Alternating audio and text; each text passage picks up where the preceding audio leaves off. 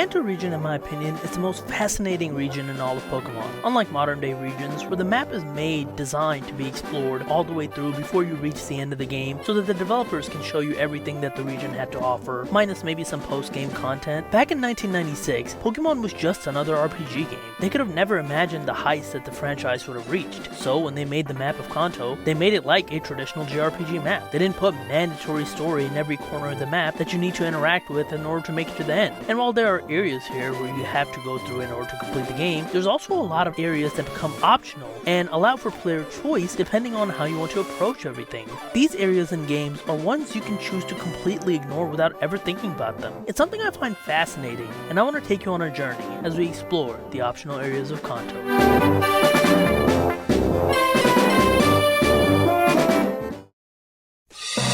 Let's start by going through the game like a normal player would. You start at Pallet Town, get your Pokemon, and head north, where you go through Route 1 before arriving at Viridian City. From here, you can choose to go west towards Route 22, but since you don't have any badges, you won't be allowed through the gates. So you continue by heading north through Route 2. There's an area on the side here that you don't have access to yet, so you continue through Viridian Forest until you reach the other side of Route 2. You reach Pallet Town, and there, you beat the gym and head east through Route 3 through Mount Moon before arriving in Route 4 and Cerulean City. From here, you can choose to beat the gym or go north. Either way, once you free Bill and beat Misty, you can continue through the Broken House. You can't go further east because there's a tree blocking your way, so you continue south through Route 5, go through the underground, and arrive at Route 6 before making your way to Vermilion. So far, nothing out of the ordinary. However, this is where the game allows you to make choices. The only mandatory things to do in this area are the SSN and the gym. That means that you can completely choose to forego Route 11 as well as the entirety of Diglett's Cave, making them optional areas. They're there to help you level up your Pokemon with trainers, or in the case of Diglett's Tunnel, get a Pokemon that's super effective against Surge. But, like I said, it's completely optional. If you go through Diglett's Cave, that leads to another optional area, which is the extra route and Route 2 that we talked about earlier. Here, you usually get Flash so that you can go through Rock Tunnel, but if you know how to get through Rock Tunnel without Flash, this area also becomes completely optional. So after you beat Surge, you head back north towards Cerulean because Snorlax is blocking the only other path out. You go back to where the tree was blocking the area before, which opens out Route 9. Here in Route 9, there's another optional area that you never have to visit, and that is the power plant. Should you choose to return to this area with Surf and explore the power plant, you'll be rewarded with Zapdos. But again, it's an optional area.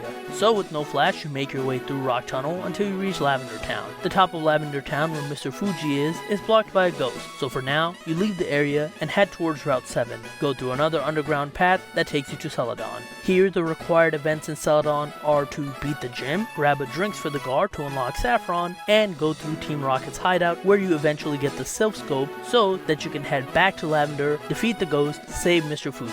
It then gives you a Pokeflute for your troubles, and here, you the player have a choice as to which areas you want to take and which areas you want to make optional. Either you can head south from Lavender through Route 12, 13, beat Snorlax, 14, and 15 on your way to Fuchsia, or you can choose to go back to Celadon, wake up the Snorlax there, and go through Route 16, the cycling road, through Route 18 to Fuchsia. Either way, you can choose one path and the other one can be completely optional. You never have to step foot on that side of the map. Those routes are there obviously to help level up your Pokemon before the next gym and make it also easier for you to navigate around the region. Route 16 specifically has another cut tree similar to Route 2 that helps you get another useful HM, this one being Fly, that can aid you, but it isn't completely necessary if you choose to go through Route 12. Either way, once you're in Fuchsia, the two main objectives are to beat the gym and go to the Safari Zone in order to get Surf. After you get Surf, the final optional areas are available for you, the player, to choose between. You can either choose to go south from Fuchsia through Route 19, 20, and through Seafoam Island, which can reward you with the Articuno, or you can choose to go back to Pallet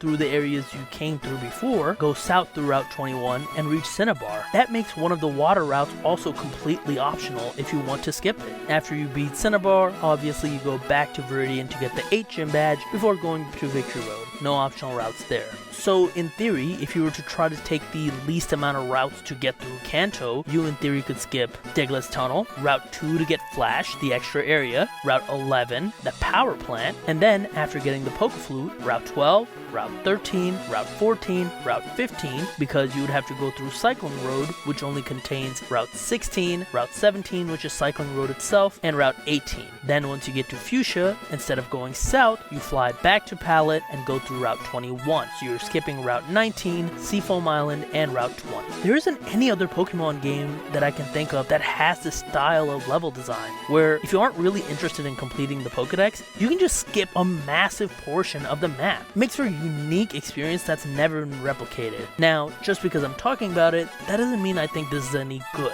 I don't think this type of map design is actually good at all. The extra areas in the game really feel like padding when you're playing through them. They obviously went away for it for good reason, but still, if Pokemon never became the juggernaut, and let's say it just became a moderately successful game, would the way Pokemon make maps be different now? It's just something to think about. Honestly, I don't think they would've. While it's fun to look back on Gen 1 and see how interesting the design philosophy was then, I think even the developers realized that it might be a waste of resources to make areas that can be optional. So while it's a fun relic of Gen 1's past, I'm glad it stayed in the past.